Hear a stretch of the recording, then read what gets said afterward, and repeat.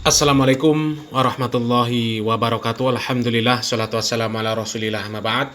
Kaum muslimin yang dirahmati Allah subhanahu wa ta'ala, kita itu pasti pengen lah kaum muslimin ya, melihat orang-orang yang paling kuat mengaku sebagai zuriat Nabi Muhammad SAW. Kemudian mereka itu terdepan ya, menjadi orang-orang yang terdepan di dalam memperjuangkan syariat Nabi Muhammad SAW, kakeknya, ya, kakek yang diakui. Masalahnya ini benar atau enggak mereka ini cucu Nabi, ya kan? Ya kalau benar berarti kakeknya. Kalau tidak, ya tetap itu Nabi, ya. Maka harus tetap diperjuangkan, enggak peduli cucu atau bukan cucunya, ya. Tapi kalau mereka ini benar-benar cucu Nabi, ya kita sangat berharap seperti itu, ya. Mereka ini menjadi orang-orang yang terdepan di dalam memberikan contoh akhlak Nabi Muhammad SAW. Terdepan di dalam memberantas kemaksiatan. Terdepan di dalam memberantas orang-orang yang berusaha ngowah-ngowahi syariat, ya, merubah-rubah syariat. Terdepan di dalam memberantas orang-orang yang mencoba merubah-rubah, menambahi, mengurangi, ya, memodifikasi, bahkan merusak syariat Islam. Kalau ceramah yang disampaikan qala Allah, qala Rasul, qala sahabah, qala ulama ahlus sunnah wal jamaah, ya, menjelaskan bagaimana tauhid yang benar, bagaimana akidah yang benar, ya, bagaimana sirah Nabi, sirah sahabat, bagaimana toharoh yang benar, sholat yang benar, menjelaskan ketika Rasulullah SAW mengatakan sallu kama ra'aitumuni usolli, bagaimana sholatnya Nabi. Kemudian ketika Rasulullah SAW mengatakan ambillah manasik kalian dari aku, ya, bagaimana hajinya Rasulullah SAW. Kita pengen melihat mereka itu seperti itu. Dan kalau mereka itu seperti itu kaum muslimin, pasti kita akan mendukung, ya, pasti. Dan kenyataannya sekarang itu justru malah terbalik. Orang-orang yang kuat pengakuannya bahwa mereka adalah cucu Nabi, malah kerjanya mendongeng, ngedobos, ngedabrus.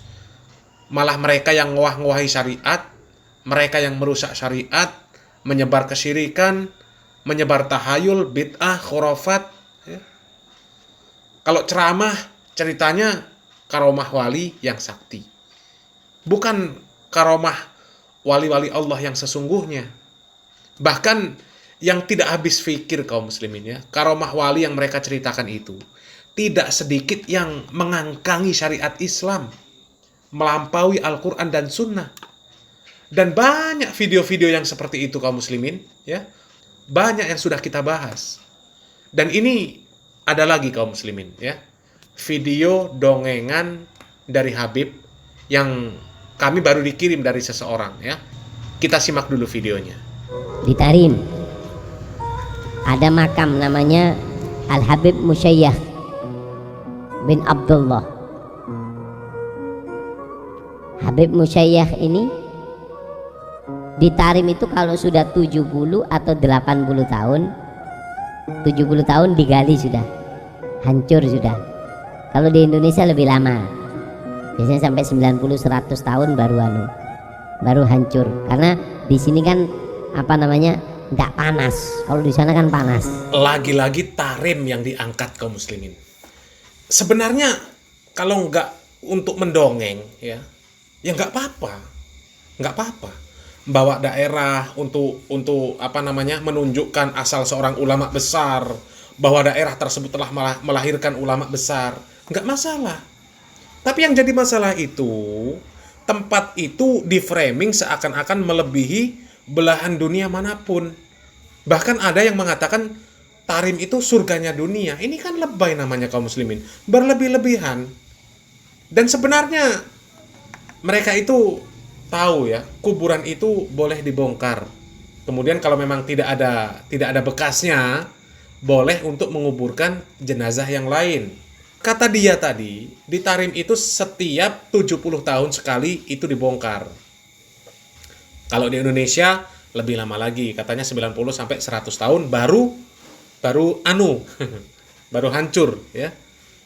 Kalau di Indonesia nggak baru hancur, di 90 sampai 100 tahun baru direnovasi. Bahkan ditambah kemegahannya. Kita lihatlah kuburan yang disebut kuburan-kuburan wali. Kita lihat itu sudah berapa ribu tahun umurnya. Sekarang malah ada yang kayak kamar pengantin, dihias-hias, dikelambu. Jadi bertanya-tanya, ilmu mereka ini kemana gitu loh. Nabi melarang kita mendirikan bangunan di atas kubur, dilarang mengapur kuburan. Tapi mereka ini malah bukan cuma mendirikan bangunan di atas kuburan, tapi kuburan itu dimegah-megahkan, dihias-hias. Semakin dianggap wali, semakin megah kuburannya, ya. Dan itu fakta, tidak bisa terelakkan, ya. Kita lanjutkan kaum muslimin. Ini Habib ketika digali, Habib Musayyah ini ketika digali kuburannya, beliau Al Habib Musayyah duduk di kuburannya, duduk baca Quran, digali. Hah? Apa? Kaget yang gali. Di kuburan gali ada semangkanya, ada pisang goreng, tapi ya tak ada pisang goreng, tambahan ya. Baca Quran, kaget ya. Apa kata Habib yang ada di kuburannya? Tutup, jak mau ngomong lo gue en. Kamu kalau ngomong cerita sama orang, Allah akan takdirkan kamu gak panjang umur. Takut pak, ya apa? Ngelihat hal yang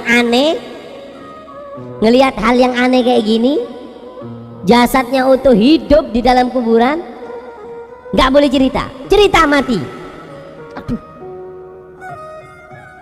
berat, nyimpen rahasia itu berat.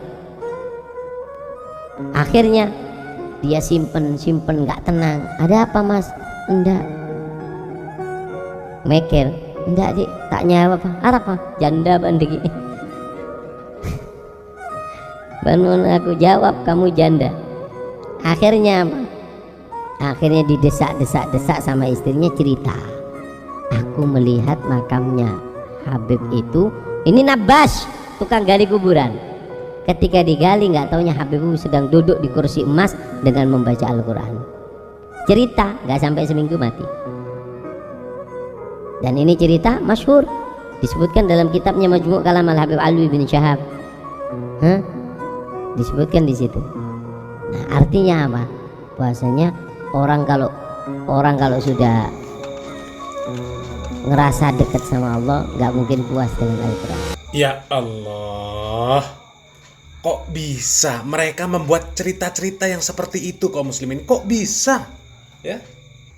Dan katanya kisah itu masyhur. Iya, masyhur di kalangan habaib. Kalau di kalangan ulama mana ada kisah yang seperti itu kaum muslimin, ya. Nggak akan dipercaya sama para ulama, itu nggak akan dipercaya. Kalau sama habaib mungkin ya, masyhur di kalangan sesama habaib, masyhur di kalangan muhibbin, ya mungkin ya. Orang yang sudah mati itu nggak akan bisa beramal lagi kaum muslimin. Puas atau tidak puas dengan amalan selama dia hidup di dunia, yaitu batasnya mati. Di akhir-akhir surat Al-Munafikun jelas, ya. Wa anfiqu mimma razaqnakum min qabli ayyatiya ahadakumul maut fayaqula rabbi laula akhartani ila ajalin qarib fa as-saddaqa wa akum minas solihin. Kata Allah apa? Dan infakkanlah dari apa yang kami rezekikan kepada kalian sebelum datangnya maut, ya, sebelum maut mendatangi salah seorang di antara kalian.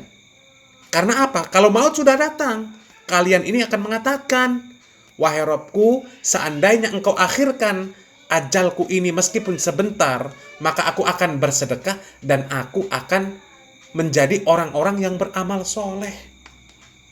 Kemudian apa kata Allah? Wala yu'akhirallahu nafsan idza jaa ajaluha wallahu khabirum bima ta'malun. Dan Allah tidak akan mengakhirkan, tidak akan mengundurkan yang namanya ajal apabila dia telah datang waktunya. Ya, kepada siapapun tidak akan diundurkan waktunya. Dan ayat itu jelas menunjukkan orang kalau mati maunya diundurkan waktunya. Untuk apa? Untuk beramal. Tapi nggak bisa lagi. Ini sudah mati, sudah di dalam kuburan, mati puluhan tahun. Kok masih beramal? Ini bertentangan dengan hadis. Kemudian di dalam hadis yang insya Allah kita semua tahulah hadis ini ya. Kata Nabi Muhammad SAW, ikhtanim khamsan qabla khamsin. Ingat 5 perkara sebelum 5 perkara. Ini sampai dijadikan lagu ini sama artis ya. Salah satunya apa? Hidupmu sebelum matimu. Manfaatkan waktu hidupmu sebelum matimu. Karena apa? Kalau mati, nggak ada kesempatan beramal lagi. Manfaatkan waktu hidup. Ya, karena kalau mati itu tinggal menikmati. Menikmati apa? Menikmati azab kubur, naudzubillah min dzalik, atau menikmati nikmat kubur. Ya. Ini katanya kuburannya dibongkar. Dianya lagi duduk baca Al-Quran di kursi emas, pakai ngancam-ngancam lagi ya. Ya. Tapi ini cerita sangat janggal kaum muslimin ya. Kalau kita punya akal sehat dan kewarasan, pasti akan menemui kejanggalan yang seperti ini ya. Membongkar kuburan memangnya sendiri. Apakah kuburan Habib itu sepi, apalagi wali? Hah?